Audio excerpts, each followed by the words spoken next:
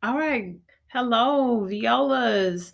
We're going to go over B flat today. So we are in Essential Elements Book 2, and we will go over exercises 92, 93, and 94. All right. So the first thing is let's make sure you tune your instrument. And then after that, we are going to tune B flat, C, and D. So you should be on your G string, and I'm preparing my tuner. Let's go ahead and get into position. Right now, I do not have my viola shoulder rest, so I apologize. However, you should have yours on there. Okay. So I'm going over to the G string, putting down first finger on first tape if you have tapes, and then a low two. And this is what B flat should sound like.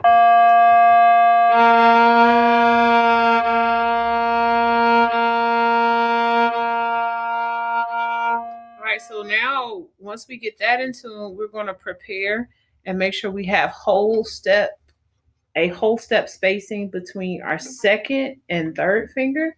And then we will be playing fourth finger D as well. So we're going to have a whole step between our third and fourth fingers. So here's C, the third finger.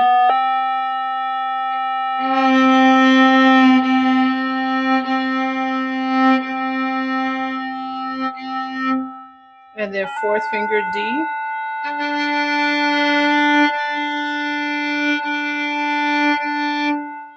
So even when I'm not playing fourth, for example, let's say I'm trying to play B flat and the next note coming up is C, I need to make sure that my fingers are curved over the string even when I'm not using them. So that way you are ready when it's time for you to play the note. Now, if you see me looking to the side, it's because I have my other computer screen where I have my music on. So that's why I'm looking to the side. Okay. So we're going to start off with exercise 92. And I'm going to go ahead and get into position.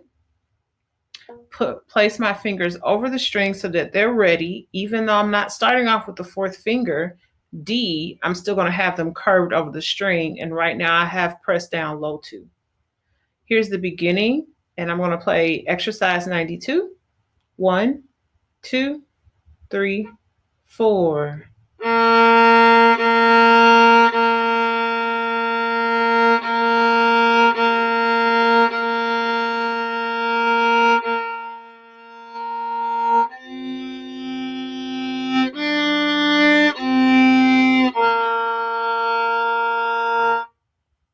Okay, so at the very end, you saw me adjust. After I played that B flat, notice my fingers were here. I want you to make sure when you catch that you're doing something incorrectly, go ahead and change it. That's why I encourage during the learning process. That is your time to make mistakes so that you can fix them.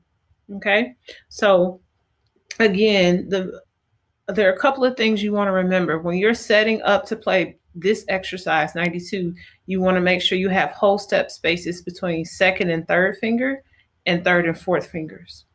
Okay, and then when you're not using those fingers, still keep them stretched out over the string so that you can be ready.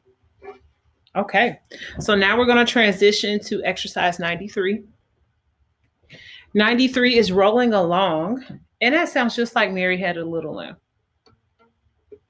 So right now you see me finger tapping, trying to get the note in tune.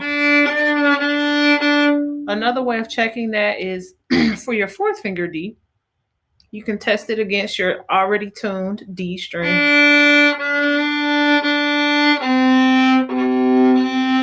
I'm checking my third finger C against my already tuned C string. And then B flat is a whole step away from C.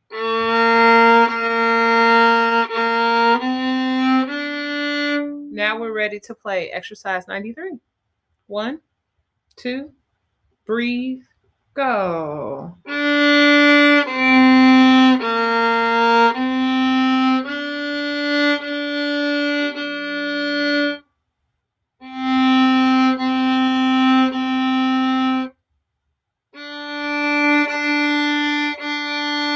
Bow lift.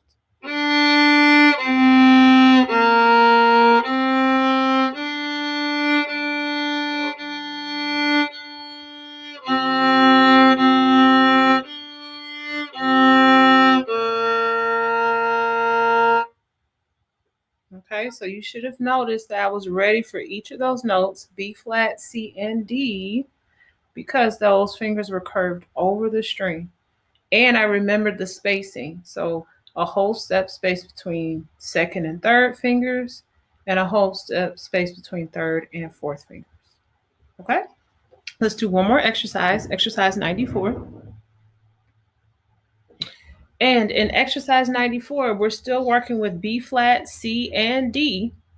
And now they're just in different order. So let's talk about a couple of things. You do have a bow lift, right? You have a bow lift in measure 4. And then you have this bracket. If you look in measure five, you play a fourth finger D followed by an octave lower D on your C string. So we're going to go over that in just a moment. Um, and the other thing we need to go over is the down arrow that you see over B flat. You'll notice that B flat is not in your key signature. It's actually within the measure as an accidental. And so basically, it's doing this for you just to remind you that you're playing a low 2, which means that your second finger is closer to your first finger when you're playing this on the G string. Okay? So let's look at measure 5. Measure 5, you should be playing a fourth finger D. We're going to tune that against our open D. Once that is in tune, you're going to prepare your first finger on the C string because that's how you play D on the C string. So let's get that first finger D in tune.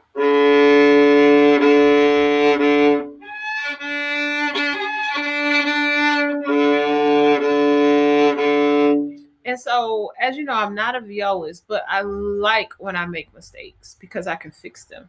And so when you hear that squeaking or anything like that, that lets you know that something needs to be checked. So when you are checking these D's, the first finger D against the open D, you have to make sure that your fingers, first of all, that your fingernails are cut short enough so that you can play on the tip of your finger.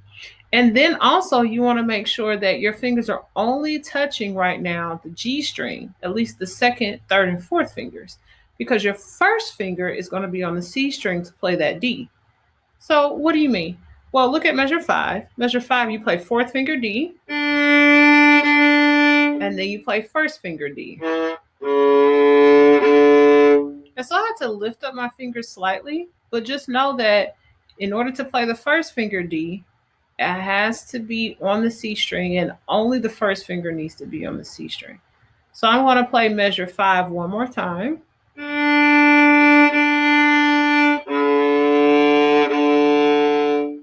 Okay, you may want to go over that first before you do the whole exercise. But for the interest of time, I'm going to go ahead and play beginning to end exercise 94.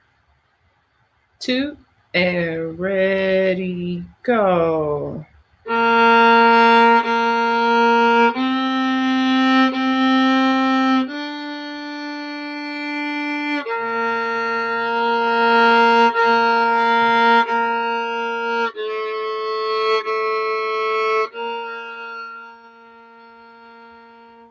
Here we go.